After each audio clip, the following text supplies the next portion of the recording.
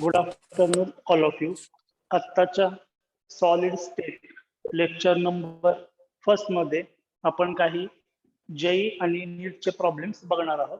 त्याच्यासाठी पीडीएफ तुम्हाला आपल्या HGMSP चॅनलवरती ग्रुपवरती पाठवलेली होती. तर आपण सुरुवात करूया. त्याच्यासाठी मी बुक या ठिकाणी घेतलेलं आहे. तर प्रत्येकानं काम काय करायचं आहे, जी पीडीएफ तुम्हाला पाठवलेली आहे ते ओपन करायचे आहे आपल्या मोबाईलच्या स्क्रीन वरती. क्वेश्चन नंबर फर्स्ट आपण बघूया. Which of the following condition favours existence of substance in solid state? Option कोणता येईल बघा. हाय टेम्परेचर, लो टेम्परेचर, हाय थर्मल एनर्जी, वीक कोहिजिव्ह फोर्सेस. आपलं हे सॉलिड स्टेट MCQ चा लेक्चर नंबर फर्स्ट आहे आणि लेक्चर नंबर सेकंड आपण नंतर घेऊ. चला, पहिला जो क्वेश्चन आहे त्याचा आन्सर तुम्हाला काय वाटतंय? सॉलिड, लिक्विड, गॅसेस, पदार्थाच्या 3 अवस्था आपल्याला माहित आहेत. Solid, liquid, gases. आता सॉलिडला एक्झिस्ट करायचं असेल तर तापमान जास्त ठेवून चालेल का? नाही ना चालणार. कारण सॉलिडला जर तापमान जास्त दिलं तर त्याची फेज बदलते ना. आपण उष्णता दिली तर फेज काय होते, चेंज होते. सॉलिडला उष्णता दिली तर लिक्विड मध्ये कन्वर्ट होतं, लिक्विडला उष्णता दिली तर गॅस मध्ये कन्व्हर्जन होतं. म्हणजे हाय टेम्परेचर ठेवून चालणारच नाही. सॉलिड एक्झिस्ट कधी करणार? लो टेम्परेचरला एक्झिस्ट करणार. म्हणून या MCQ चा जो ऑप्शन येतोय तो आहे option B, that is low temperature. ठीक आहे. त्याच्यानंतर सेकंड MCQ बघा. Which of the following is not characteristics of crystalline solid? Crystalline solid ची कॅरेक्टरिस्टिक्स नाही असा कोणता ऑप्शन तुम्हाला वाटतं तो आपण बघूया. पहिला, definite and characteristics heat of fusion. Definite size shape असता, आपण शिकलोय. हीट ऑफ फ्युजन डेफिनाइट असते आहे. त्यानंतर ऑप्शन बी, आयसोट्रॉपिक नेचर. आता आयसोट्रॉपिक आणि अन आयसोट्रॉपिक कोण असतंय? आयसोट्रॉपिक आणि अनआयसोट्रॉपिक. अनआयसोट्रॉपिक कोण असते? आयसोट्रॉपिक आणि अनआयसोट्रॉपिक कोण असते क्रिस्टलाइन आणि अमॉर्फस मधलं? सांगा. आयसोट्रॉपिक कोण आणि अनआयसोट्रॉपिक कोण? अमॉर्फस आयसोट्रॉपिक आणि क्रिस्टलाइन अनआयसोट्रॉपिक. हा, क्रिस्टलाइन जे असतात ते अनआयसोट्रॉपिक असतात. क्रिस्टलाइन सॉलिड अनआयसोट्रॉपिक असतात. अनआयसोट्रॉपिक आणि आयसोट्रॉपिकची कन्सेप्ट आपण शिकलेलो आहोत. फिजिकल प्रॉपर्टीज, डिफरंट डायरेक्शन बदललं की फिजिकल प्रॉपर्टीज बदलतात, ते आपण ऑलरेडी शिकलोय. आणि अमॉर्फस हे आयसोट्रॉपिक असतात. त्यामुळं ऑप्शन नॉट म्हटलंय, त्यामुळं आयसोट्रॉपिक हे असू शकत नाही. म्हणजे ऑप्शन बी याचा आहे. सेकंड MCQ ऑप्शन बी येणार. कारण क्रिस्टलाइन सॉलिड हे अनआयसोट्रॉपिक असतात आणि इथं आयसोट्रॉपिक दिलेलं आहे. बरोबर, ऑप्शन बी. त्याच्यानंतर तिसरा, which of the following is an example of amorphous solid? कोण सांगते? अमॉर्फस सॉलिडचं एक्झाम्पल कोणतं असेल? ग्राफाइड. बर. अजून बघा बरं.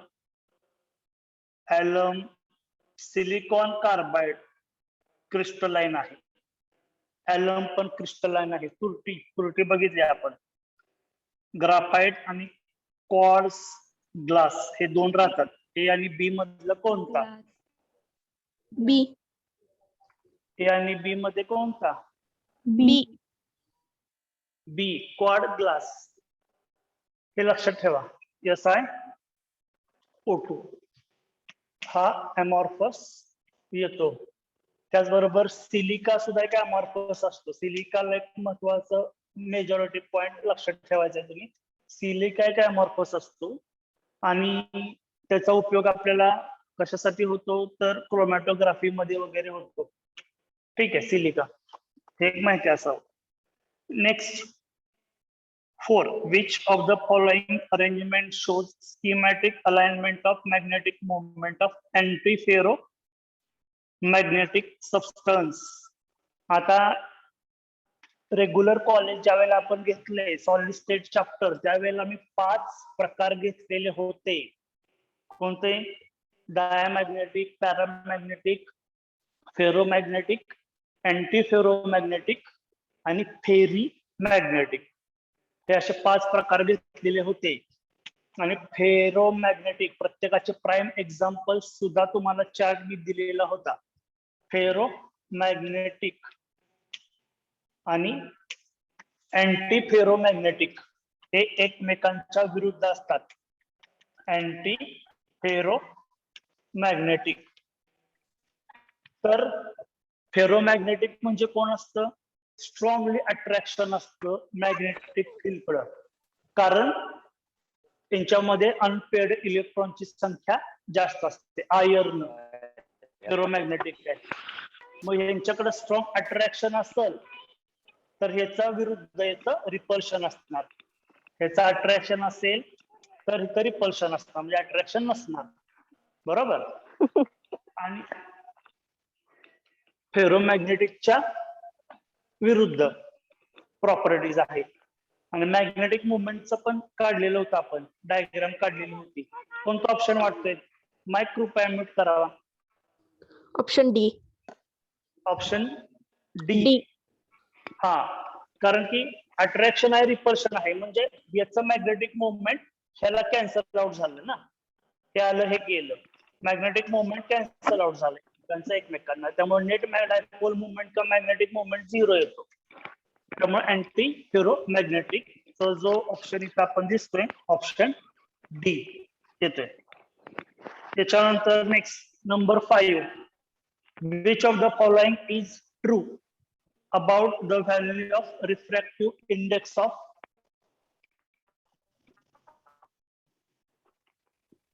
Quartz glass? सांगा. क्वार्ट्ज ग्लास हे कसे आहे? आताच वरती आपण बघितलं तर तिसऱ्या MCQ ला अमॉर्फस आहे.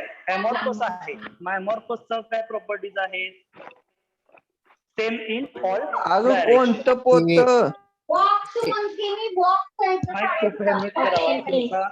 Option A. कुठं बघतो? कुठल्या कोपऱ्यात जाऊ? तुमच्या घरातला रेकॉर्डिंग होतोय, recording in progress. Same in all direction येत आहे. 5व्याचा ए. दोन मिनिटात कोणतं box? Which of the following statement is not true box कोणता? about amorphous solid? हा का त्यो? कोणता वाटतो 6व्याला? Option D.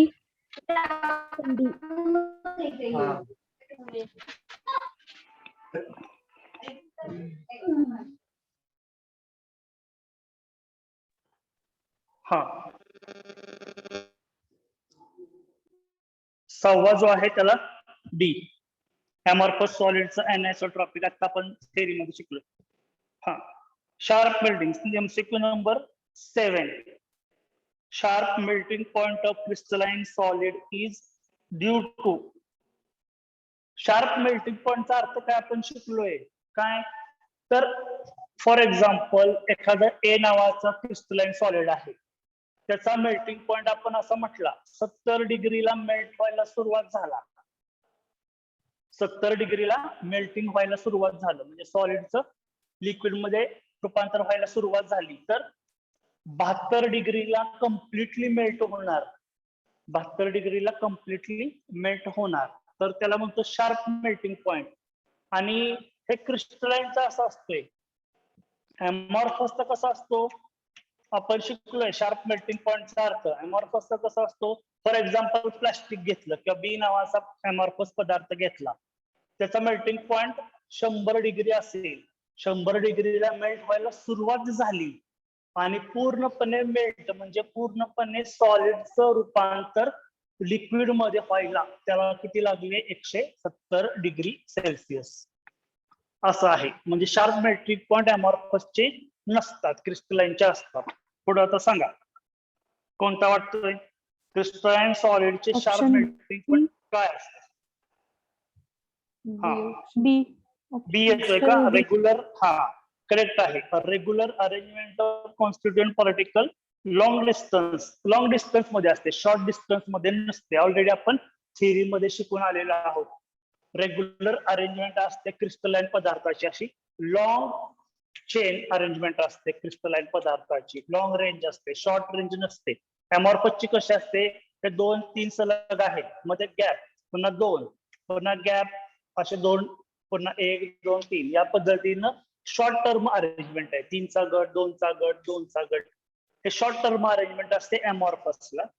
क्रिस्टलाइनला लॉंग रेंज किंवा लॉंग टर्म अरेंजमेंट असते. हे ऑलरेडी आपण थेअरी मध्ये शिकलोय. म्हणजे option B that is the correct answer. Next MCQ number 8. Iodine molecule are held in crystal lattice by. Iodine molecule are Option held C. in crystal. Iodine I2 म्हणजे I single bond I held together by. Dipole इंटरॅक्शनचा बर तुम्ही डायपोलचा काय प्रश्न नाही. Option बी बघितला तर डायपोलचा काय प्रश्न नाहीच आहे, कारण डाय म्हणजे 2, डाय म्हणजे 2 आणि पोल म्हणजे option 4. C. 2 C covalent bond येतो असं म्हणताय का? डी तर Option नाही. A. Coulombic Option A. Force.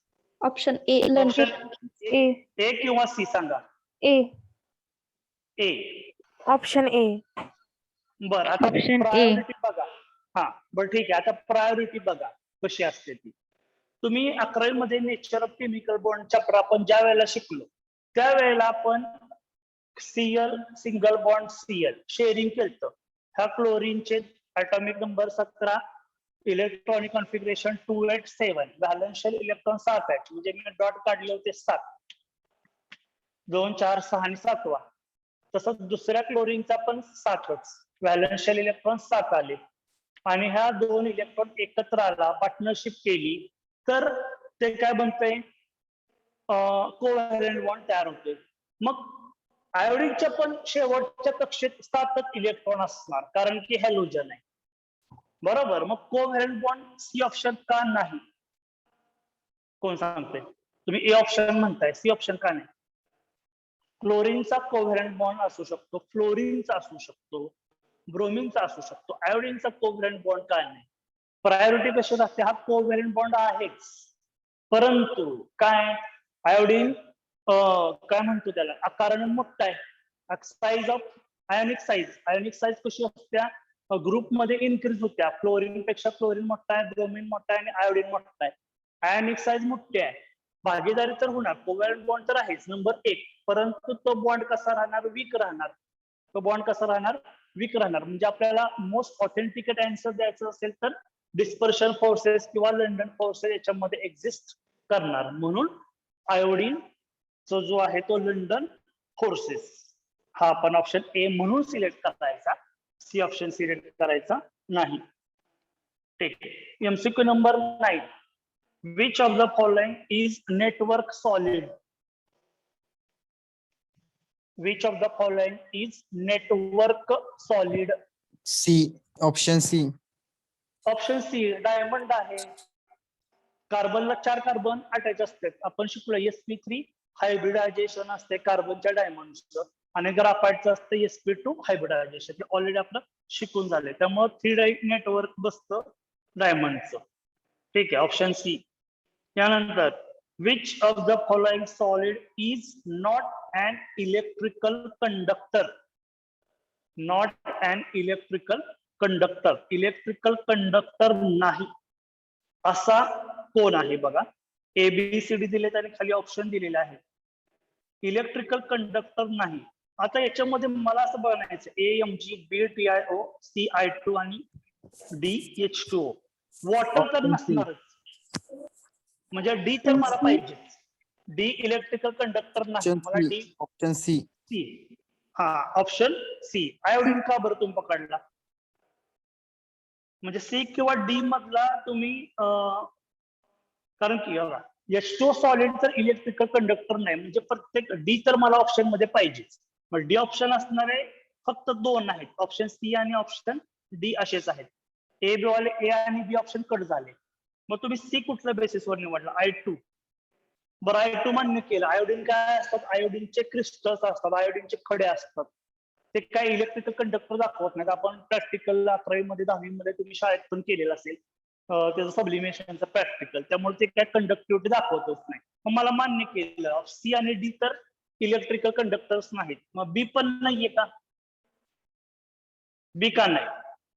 Option D जर बघितलं तर सी डी आणि बी सी डी असं म्हटलंय. बी ला TiO आहे. TiO पण इलेक्ट्रिकल कंडक्टर नाही का? याच्यासाठी आपण prime example diamagnetic para ionic solid असल्यामुळे तो इन्सुलेटर असणार ना. हा, solid. TiO आहे. टिटॅनियम ऑक्साईड आहे आणि टिटॅनियम डायऑक्साईड आहे. आपण पॉइंट घेतलेला होता थेअरी मध्ये रेग्युलर कॉलेजला, त्यावेळेला TiO आणि TiO2 वेगवेगळ्या गटात होते. प्राईम एक्झाम्पल बघा. त्यामुळं TiO हा इलेक्ट्रिकल कंडक्टर नाही, म्हणून ऑप्शन सी म्हणजे सी आणि डी हे उत्तर बरोबर आहे. I2 आणि H2O. त्याच्यानंतर next, which of the following is not characteristics of ionic solid? Ionic solid ची कॅरेक्टरिस्टिक नाही, सांगा. आयोनिक सॉलिड ची कॅरेक्टरिस्टिक्स नाही. आयोनिक सॉलिड म्हणजे ज्याच्यात आयन्स असतात, NaCl, KCl, CSCl वगैरे वगैरे आपण घेतलेलं आहे. ठीक आहे, कॅरेक्टरिस्टिक नाही असं म्हटलंय त्यांनी. तुम्हाला एक चार्ट सुरुवातीला पण बघा, चार्ट दिसता एका पेजवरच आपण सगळं घेतलं. आयोनिक, मेटॅलिक, हा बघूया. ऑप्शन ए म्हणताय का? Very low value of electrical conductivity in molten state. Very low value of electrical conductivity in molten state. आता बघा, NaCl आयोनिक सॉलिडचं एक्झाम्पल घेतलं. NaCl आयोनिक सॉलिडचं एक्झाम्पल घेतलं. NaCl पाण्यात टाकला, वॉटर मध्ये जर टाकला तर तो गुड कंडक्टर झाला की रे? मीठ पाण्यात ऑप्शन सी. टाकलं. हा बघा, आता दुसरी कॅटेगरी बघा. NaCl घेतला आणि तो नुसताच ठेवलाय, NaCl भांड्यामध्ये ठेवलाय आणि वायर सोडला, कट बसणार का? नाही बसणार. NaCl आयन जरी असले पण हा बॅड कंडक्टर झाला, पण NaCl पाण्यात टाकला तर गुड कंडक्टर झाला. बरोबर. आता मधली अवस्था मोल्टन स्टेट आहे. मोल्टन स्टेट म्हणजे काय? वितळवायचं रे. आपण electrolysis of molten NaCl, electrolysis of molten NaCl घेतलेलं होतं काय, आठवतंय का? बघा, इलेक्ट्रोकेमिस्ट्री चॅप्टरचा रेफरन्स आणा की. NaCl ऍक्वियस NaClचं इलेक्ट्रोलायसिस केलं आणि मोल्टन NaClचं इलेक्ट्रोलायसिस आपण केलं. मोल्टन NaCl म्हणजे काय? वितळवलेलं NaCl. हे मीठ घ्यायचं, भांड्यात ठेवा, 400 डिग्री आलं, 396, ही वितळणार आहे. वितळलं की काय? ते असं असं वितळणार NaCl. वॉटरचा अंशच नाहीये ना त्याच्यात, आणि वॉटरचा अंश नसेल तर कंडक्टन्स कसा जास्त असणार? म्हणजे लो व्हॅल्यू आली. हा बघा, which of the following, low नाही sorry, which of the following is not value high येणार. हाय म्हणजे वितळवलं की काय येणार आहे? व्हॅल्यू थोडी जास्त येणार, म्हणजे लो व्हॅल्यू येणार नाही. इलेक्ट्रोलायसिस ऑफ मोल्टन NaCl घ्या, म्हणजे ऑप्शन ए जो तुम्ही सांगताय तो बरोबर आहे. Very low value of electrical conductivity in molten state हे नसणार आहे, नसणार आहे. ह्याची व्हॅल्यू लो पेक्षा थोडीशी जास्त असणार आहे, लो पेक्षा थोडीशी जास्त असणार आहे, कारण की वितळवलेला आहे. ठीक आहे, ब्रिटल नेचरचा काय प्रश्न नाही, कारण की तो आहेच. हा, एनआयसोट्रॉपिक. ठीक आहे. त्यानंतर MCQ number 12, graphite is good conductor of electricity due to presence of. Option B. Option B. हा ऑप्शन बी. बी येतोय का? फ्री व्हॅलेन्स इलेक्ट्रॉन का? तर ग्राफाइट sp2 हायब्रिडायझेशन येतं. ग्राफाइट जे असतं ते sp2 हायब्रिडायझेशन येतं. आलं का लक्षात? त्यामुळे फ्री व्हॅलेन्स इलेक्ट्रॉन असतातच. Option B. MCQ number 13. Which of the following oxide behaves as conductors or insulator depending upon temperature? आता याचं एक्झाम्पल कोणतं आहे बघा. Option A. ऑप्शन ए नाही. ऑप्शन टिटॅनियमचा C. Option C. Option B. टिटॅनियमचा trioxide. टिटॅनियमचा ट्रायऑक्साईड हा एम्फोटेरिक येणार आहे. त्यामुळं कंडक्टर आणि इन्सुलेटर हे एक्झाम्पल आपलं राहिलं बहुतेक थेअरी मध्ये घेताना. मग TiO3 हे ऑप्शन येणार आहे. ठीक आहे. त्याच्यानंतर next MCQ number 14. Which of the following oxide shows electrical properties like metals? Which of the following oxide shows electrical properties like metal? हे गेस करण्याचं उत्तर आहे. हे गेस केलं की तुम्हाला उत्तर मिळेल. सांगा कोणतं येतंय? कोणतं वाटतंय? इलेक्ट्रिकल प्रॉपर्टीज पाहिजे. सिलिकॉनला असतात इलेक्ट्रिकल काय होतं? प्रॉपर्टी. नाही सर. बघा की तुम्ही आता ऑक्साईड आहे. तुम्ही इलेमेंट बघा. Option D. सिलिकॉन येतोय. सिलिकॉन दोन वेळा आहे का? नाही एकदाच आहे. सिलिकॉन, सल्फर, मॅग्नेशियम आणि क्रोमियम. सल्फर तर येणार नाही. Option B. सल्फर. बर. Option B. ऑप्शन बी आहे का? मॅग्नेशियम हा कशात येतो? अल्कलाइन अर्थ मेटल मध्ये येतो. आणि क्रोमियम कशात येतो बाळा? Option D. डी ब्लॉक मध्ये येतो ना. क्रोमियम हा डी ब्लॉक मध्ये येतो आणि डी ब्लॉक वाले सगळ्याच्या सगळेच मेटल असतात. हेवी मेटल असतात वरून. बरोबर का? डी ब्लॉक वाले सगळेच्या सगळे हेवी मेटल्स असतात. त्यामुळं जे मेटल्स असतात ते इलेक्ट्रिकल प्रॉपर्टी काय करणार आहे? जास्त दाखवणारच. त्यामुळे option D that is the correct answer. हा झाला 14चा D. 15. The lattice site in a pure crystal cannot occupied by. Lattice site in pure crystal cannot occupied by. Option C. Electron. Lattice site आपण शिकलोय की lattice site मध्ये आपण ion असतो, atom असतो, मॉलिक्युल असतो. इलेक्ट्रॉन असतो का? कधी इलेक्ट्रॉनचा उल्लेख तरी आपण केलाय का? लॅटिस साइट ची कन्सेप्ट आपण थिअरी मध्ये शिकलोय. म्हणजे ऑप्शन सी. इलेक्ट्रॉन कधीच जात नाही ना. बरोबर की नाही? आयन जातात, ऍटम जातो, मॉलिक्युल जातो, शिफ्ट होतो एका जागेवर दुसऱ्या जागेवर. इलेक्ट्रॉन कधी असतो असं आपण कधी शिकवलेलं नाही. म्हणजे electron can not B occupied by electrons. आपण कितीतरी डिफेक्ट पण शिकलोय की रे असे डिफेक्ट शिकलोय. बरोबर का नाही? ही गायब होतो, एकाचा दुसरीकडे जातो, इलेक्ट्रॉन जातो असं म्हटले कधी? कॅटायन अनायन असतो, कॅटायन अनायन शिफ्ट होतो किंवा जातो, ऍटम आयन मॉलिक्युल जातात. इलेक्ट्रॉनचा उल्लेखच कधी आपण केलेला नाही. त्यामुळं इलेक्ट्रॉन हा उत्तर बरोबर येणार. ठीक आहे.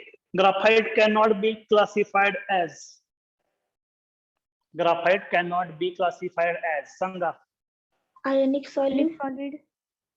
ग्राफाइट कंडक्टिंग आहे कारण की इलेक्ट्रिसिटीचा कंडक्टर आहे म्हणून कंडक्टिंग आहे. नेटवर्क पण आहे. sp2 हायब्रिडायझेशन असते, नेटवर्क सॉलिड येते, कोव्हॅलेंट पण येतं. आयोनिक मध्ये येत नाही कारण की आयनचा संबंधच नाही की रे. आयोनिक सॉलिड मध्ये कसं येईल? आयनचा संबंधच काही नाहीये म्हणून या पद्धतीने नाही. Next 17. Cations are present in the interstitial site. In the. सांगा. आपण डिफेक्ट शिकलो होतो. शॉर्टकी डिफेक्ट, फ्रॅक्शनल डिफेक्ट नाही का? सगळे डिफेक्टचे प्रकार. शॉर्टकी डिफेक्ट मध्ये काय असतं? शॉर्टकी डिफेक्ट हे बघा असं असतो. Plus minus plus minus minus plus minus plus SCHO K Y Schottky defect. Schottky defect मध्ये काय करतो, कॅटायन किंवा एनायन इक्वल नंबर मध्ये गायब करतो आपण. कॅटायन किंवा एनायन जे असतात ते इक्वल नंबर मध्ये आपण गायब करतो, त्याला शॉर्टकी डिफेक्ट मध्ये मोडतो तो. म्हणजे हा डस्टर घेतो, हा प्लस आणि हा मायनस गायब केला तर शॉर्टकी झाला की रे.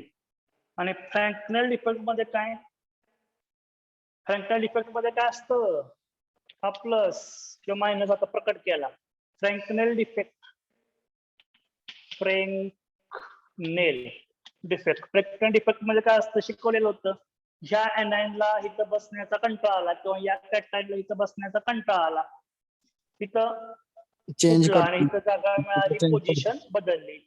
पोझिशन बदलली म्हणजे शेजारची पोझिशन. शेजारची पोझिशन म्हणजे इंटरस्टिशियल पोझिशन, म्हणजे इंटरस्टिशियल साइड. इंटरस्टिशियल साइडचा अर्थ काय, शेजारची पोझिशन किंवा दोन ऍटम किंवा दोन आयन मधली पोझिशन, त्याला म्हणतो आपण इंटरस्टिशियल साइट किंवा इंटरस्टिशियल पोझिशन. म्हणून इंटरस्टिशियल साइटला जातो. कॅटायन जनरली जातात, एनायन जात नाही.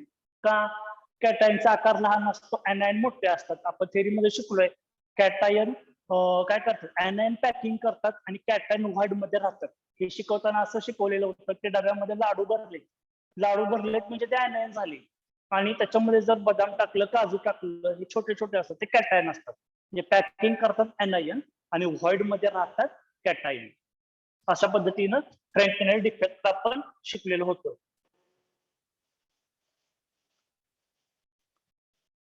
Next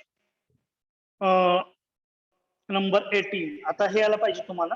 Schottky defect observed in the crystal when. Option B. तुम्हाला शॉर्ट B. Option B. आता जस्ट सांगितलं बरोबर. Equal number of cations and anions are missing from the lattice. Equal number of anions and cations are missing from the lattice. म्हणजे option B that is the correct answer. Schottky आणि फ्रँकनेलचा एक separate chart पण दिलता तुम्हाला, coordination number कसा होतो वगैरे वगैरे दिलता. Next, which of the following is true about the charge acquired by p-type semiconductor? सांगा आता. p-type semiconductor आणि n-type semiconductor फिजिक्स मध्ये पण शिकलाय बघा, विचारपूर्वक सांगा. Positive.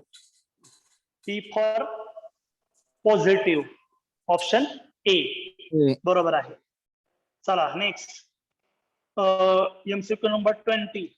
To get n-type semiconductor from silicon. मला सांगा, n-type semiconductor 14वा ग्रुप जो असतोय तो कसा असतोय, प्युअर सेमीकंडक्टर असतोय बरोबर. आणि मला सांगा आता n-type कधी तयार होतात आणि p-type कधी तयार होतात. मी शिकवलेलं होतं, 13व्याची इम्प्युरिटी 14व्यात टाकली तर काय होतं, आणि 15व्याची इम्प्युरिटी 14व्यात टाकली तर काय होतं, n-type आणि p-type. सांगा, बॅलन्स इलेक्ट्रॉन किती पाहिजे ह्याच्यावर तुम्हाला कळलं पाहिजे की कोणता ऑप्शन, कोणता डी. ऑप्शन सी कसा येईल, डी. ऑप्शन हा डी येणार ना. आपण शिकलोय की 13वा ग्रुप म्हणजे व्हॅलन्स इलेक्ट्रॉन 3 असतात ना, 2 8 3. इथं सिलिकॉन 14व्या ग्रुपला व्हॅलन्स इलेक्ट्रॉन 4 आणि 15व्या ग्रुपला व्हॅलन्स इलेक्ट्रॉन 5. आपण शिकलोय की 15व्या ची इम्प्युरिटी 14व्यात टाकली तर काय, कोणता तयार होतो सेमीकंडक्टर. 15व्याची इम्प्युरिटी 14व्या मध्ये टाकली, 14वा ग्रुप हा प्युअर असतो. आता ते चार्ट काढायची गरज नाही, आपण शिकलो ऑलरेडी थेअरीला. आणि 13व्या मधला इम्प्युरिटी ऍज अ इम्प्युरिटी कोणताही इलेमेंट जर 14व्या मध्ये टाकला, 14वा म्हणजे कोण थेअरी मध्ये घेतलं होतं, सिलिकॉन घेतलेला होता आपण. मला असं आठवतंय आपण 14व्या मध्ये सिलिकॉन घेतलेला होता. 14वा जो असतो तो प्युअर असतो. 14वा जो असतो तो प्युअर सेमीकंडक्टर असतो. आणि याच्यामध्ये आपण जर 13व्यातला एखादा इलेमेंट मिक्स केला म्हणजे ती इम्प्युरिटीज झाली.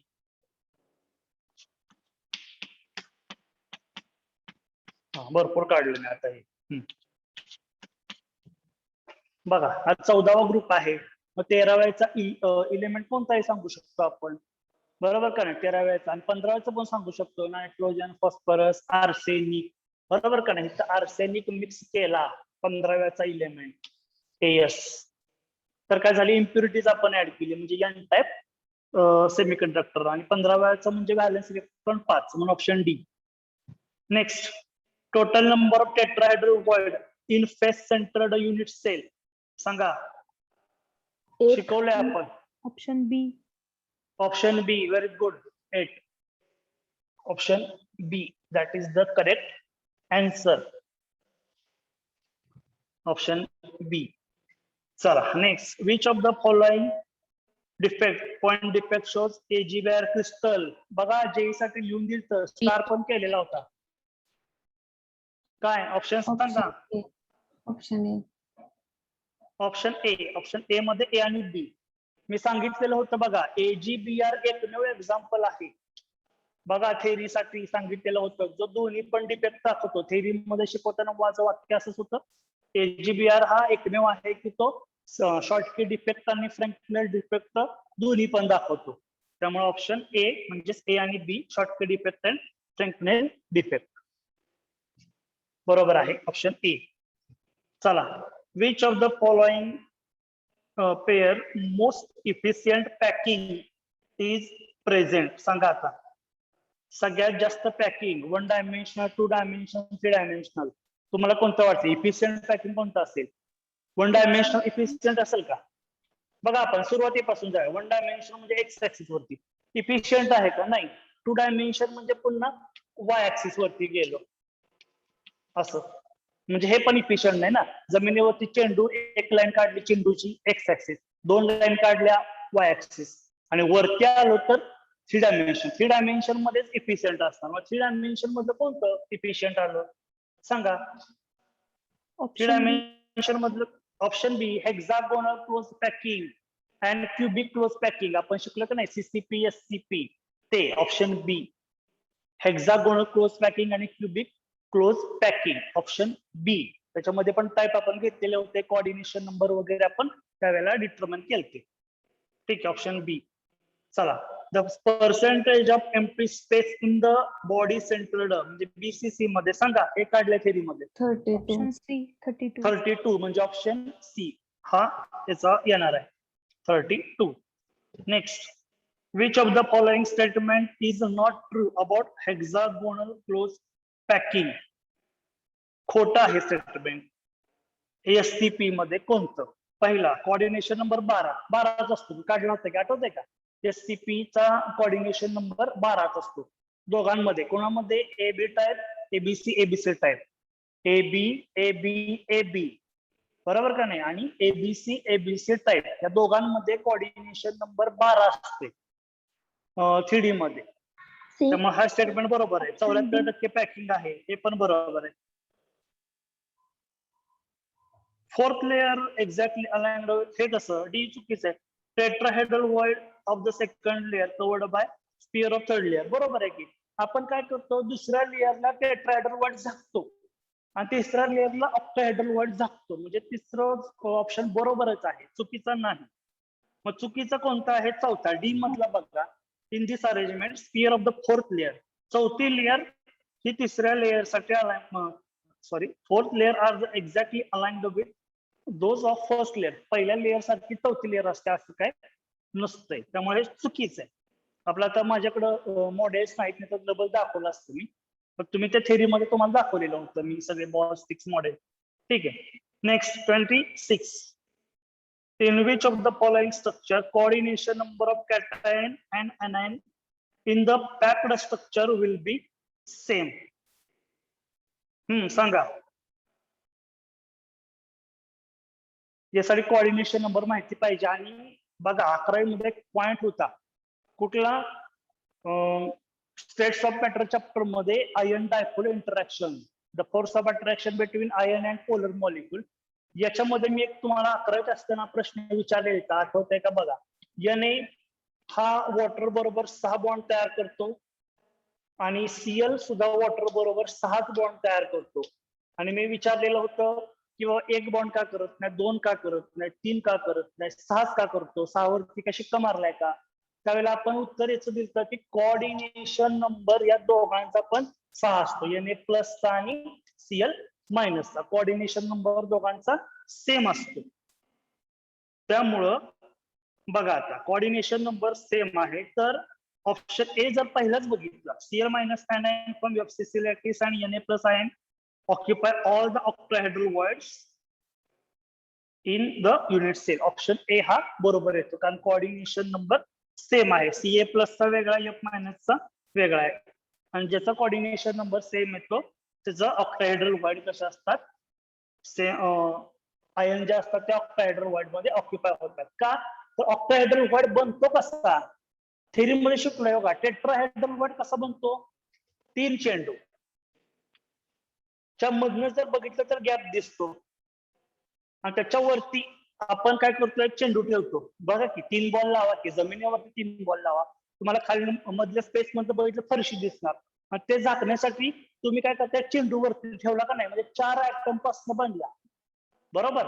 तसं ऑक्टाहेड्रल वॉइड कसा बनतो, 6 ऍटम पासून बनतो. की आठवतंय का बघा की थेरी, ऑक्टाहेड्रल वॉइड 8 ऍटम पासून, सॉरी 8 नाही, ऑक्टाहेड्रल वॉइड 6 ऍटम पासून बनतो. आपण थेरी मध्ये शिकलोय, आणि 6 ऍटम पासून बनतो, म्हणजे 6 जागा मोकळ्या येते ना. 6 मोकळ्या असतील तर 6च बसणार. आणि 6 कोणाचा कोऑर्डिनेशन नंबर आहे, Na प्लसचा आणि सीएल मायनसचा दोघांचा आहे. 6 कोऑर्डिनेशन नंबर आहे. ठीक आहे, म्हणून ऑप्शन ए हा आपल्याला इथं बरोबर येतो. ठीक आहे, तर हे झालं 26 option A. 27, what is the coordination number of square close up packing in 2 dimension? सांगा आता, हे सोपं आहे. Option option C. C 4. Option C 4 असतो कोऑर्डिनेशन नंबर. Very good. त्यानंतर which kind of defect is introduced by doping? Doping म्हणजे काय, addition of impurity, त्याला म्हणतो आपण डोपिंग करायचं. इम्प्युरिटी ऍड करणे म्हणजे डोपिंग असं म्हणायचंय. आता हे डिसलोकेशन डिफेक्टचा काय प्रश्न नाही. डिसलोकेशन म्हणजेच तो आपण फ्रँक्लियर डिफेक्ट सारखा आहे, जागा बदलली, डिसलोकेट झाला, एक जागा सोडून इंटरस्टिशियल साईटला बसला. हा, म्हणजे इंटरस्टिशियल साईटला बसला म्हणून काय प्रश्न नाही. डोपिंग शॉर्टकट डिफेक्टला गायबच होतो. Option D. Frenkel defect option D, electronic defect बरोबर आहे. Next 29, silicon doped with electron rich impurity forms.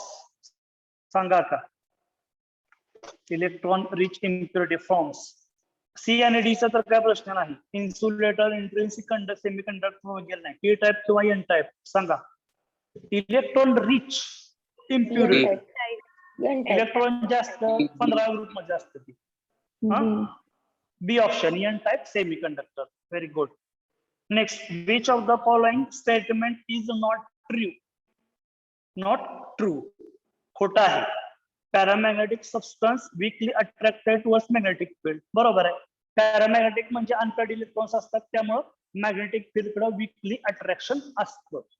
बरोबर. हा, म्हणजे हे बरोबर आहे. पहिलं स्टेटमेंट बरोबरच आहे, चुकीचं नाही. दुसरं, ferromagnetic substance cannot be magnetize permanently. Ferromagnetic substance cannot be magnetize permanently. हे बघा बरं, फेरोमॅग्नेटिक ऑप्शन बी. हा, फेरोमॅग्नेटिक. तिसरं काय, the domains in the anti ferromagnetic substance oppositely. Anti फेरोमॅग्नेटिकचं आता डोमेन आपण शिकलो होतो, डायपोल, एक बाण वर एक बाण खाली, म्हणजे ते बरोबरच असते. चौथं, pairing of electron cancel their magnetic movement in diamagnetic substance. हे पण चौथं पण बरोबर आहे. डायमॅग्नेटिक सबस्टन्स रिपेल का करतात, तर त्यांचं मॅग्नेटिक मुवमेंट एकमेकांना कॅन्सल होतं, कारण की इलेक्ट्रॉनचं पेअरिंग झालेलं असतं. हा, म्हणजे ऑप्शन बी हा चुकीचा आहे. ऑप्शन बी चुकीचा आहे. ती एमसीक्यूचं ऑप्शन बी येते. Next, which of the following is not true about ionic solid? Ionic solid बरोबर कोणतं? ऑप्शन सी म्हणताय का? ऑक्युपेशन. ऑक्युपेशन म्हणजे ऑक्युपाय म्हणूया. All voids is not necessary. Ionic solid आहे. आयोनिक सॉलिड मध्ये आयन्स जे असतात, त्यातलं आता शिकवलंय, कॅटायन हे void मध्ये जाऊन बसणारच, प्रत्येक कॅटॅन void मध्ये जाऊन Option बसतो, D. त्यामुळे ते नेसेसरी आहे. ऑप्शन डी Option बघूया काय, the D. Fraction of octahedral or tetrahedral void occupied depends upon radii of the ions occupied in the voids. म्हणजे हे डी चुकीचं दिसतंय, असं फ्रॅक्शनचं वगैरे काय नसतं, म्हणजे option D that is the correct answer. ठीक आहे. त्याच्यानंतर next 32, ferromagnetic substance become permanent magnet when it is placed in magnetic field because. सांगा आता, हे सोपं आहे, ही आपण कन्सेप्ट घेतलेली आहे. Ferromagnetic substance become permanent magnet, ज्या वेळेला फेरोमॅग्नेटिक सबस्टन्स मॅग्नेटिक फील्ड मध्ये ठेवला की तो परमनंटली मॅग्नेटाइज होतो. कारण सांगा, all the domains are oriented in the direction of magnetic field. Magnetic फील्डच्या डायरेक्शनला सगळे पॉइंट असतात, त्यामुळे तो मॅग्नेटाइज होतो. अपोजिट असतात तर कॅन्सल झाला असतं डायपोल मुवमेंट, तो अँटी फेरो झाला असता. त्यामुळे मॅग्नेटिक फील्डच्या दिशेनं सगळे त्यांचे डायपोल मुवमेंट असतात, म्हणून तो परमनंटली मॅग्नेटाइज होतो. म्हणून ऑप्शन ए याचं उत्तर पहिलंच आहे, त्यामुळं खालचे बघण्याची काही गरज नाही. Next, the correct order of packing. Correct order of packing efficiency in the different type of unit cell. सांगा आता पॅकिंग इफिशियन्सी. ऑप्शन सी, प्रत्येकाची पॅकिंग इफिशियन्सी आपण काढलेली ना, आपल्याला ती माहिती आहे. ऑप्शन बी येतोय का सी येतोय? बी येतो. ऑप्शन बी येणार ना. पॅकिंग इफिशियन्सी आणि पर्सेंटेज सुद्धा आपण काढलंय, पॅकिंग फ्रॅक्शन सगळं आपल्याला काढलेलं आहे, म्हणजे ऑप्शन बी त्याच्यामध्ये बरोबर येणार आहे. Next, which of the following defect also known as dislocation. डिसलोकेशनचा अर्थ काय? एक जागा सोडून दुसऱ्या जागी जाणे, डिसलोकेट होणे आहे. ती बसण्याची जागा सोडायची आणि दुसऱ्या जागी जाऊन बसायचं. मग ते कुणाशी इक्वल आहे बघा बरं? Option A. एशीच आहे, फ्रँकनेल डिफेक्टशीच आहे, कारण आपण आता थेरी मध्ये शिकलोय फ्रँकनेल डिफेक्ट. ठीक आहे. त्याच्यानंतर नेक्स्ट 34 झाला. 35, 36. In the cubic close packing the unit cell has. सांगा. 4 tetrahedral void with each of which shared by 4 adjacent of unit cell, 4 tetrahedral void. CCP मध्ये काय असतं सांगा? आपण काढलं होतं point, position of void. Position of void आपण एक पॉइंट काढलेला होता, सीसीपी म्हणजे एफसीसीचा. एफसीसीचा पोझिशन ऑफ व्हॉइड आपण काढलेला होता. त्याच्यामध्ये 8 टेट्राहेड्रल व्हॉइड किती असतात? टेट्राहेड्रल व्हॉइड किती असतात? आपण फॉर्म्युला पण बनवता 2n चा. 8 असतात, म्हणजे 8 टेट्राहेड्रल व्हॉइड असतात विदिन द सेल. सेलच्या आतमध्ये 8 असतात. ते सुद्धा कॅल्क्युलेशन मला वाटतं केलं आपण, की नंबर काढलेला होता, की तो पॉईंट स्थिर नव्हता, सिलेबस नव्हता किंवा एनसीआरटीला पण नव्हता, पण आपण काढलं होतं पोझिशन ऑफ व्हॉइड. याच्यामध्ये कॅल्क्युलेशन केलं की 8 टेट्राहेड्रल व्हॉइड त्या युनिट सेलच्या आतमध्ये असतात, बरोबर. त्यामुळे 8 येतंय, त्याचं कॅल्क्युलेशन पण आपण बरोबर केलं होतं. त्याला काहीतरी 2 फॉर्म्युला आपण दिले. ऑप्शन ए नव्हे, option D. 8 tetrahedral void unit सेलच्या आतमध्येच असतात. ठीक आहे. त्याच्यानंतर 36 बघा. The edge length of the unit cell in terms of radius, sphere, FCC, BCC. हे पण पॉईंट झालाय, सांगा पटकन. चार्ज पण तो पण एक चार्ज. ऑप्शन ए म्हणजे हा, तुम्हाला तर ते चार्ट मधनं बघून सुद्धा तुम्ही सांगू शकताय. म्हणजे हे झाले सॉलिड स्टेटच्या एमसीक्यू. आताचं सॉलिड स्टेटचं लेक्चर नंबर 1 झाले. याच्यामध्ये आपण जनरली सुरुवातीला सगळे थिअरॉटिकल क्वेश्चन झाले. सॉलिड स्टेटच्या लेक्चर नंबर 2 मध्ये सगळे न्यूमरिकल लेक्चर्स असणार आहेत. डेन्सिटीचे न्यूमरिकल्स, पॅकिंग इफिशियन्सी वगैरे जे काही न्यूमरिकल्स आहेत ते लेक्चर नंबर 2 मध्ये असणार आहेत. आताचं लेक्चर मध्ये 36 एमसीक्यू हे आपले थिअरॉटिकल्स झालेले आहेत. ठीक आहे.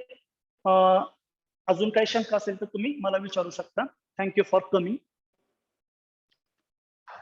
कोणती शंका असेल तर विचारू शकता, काही अडचण नाही.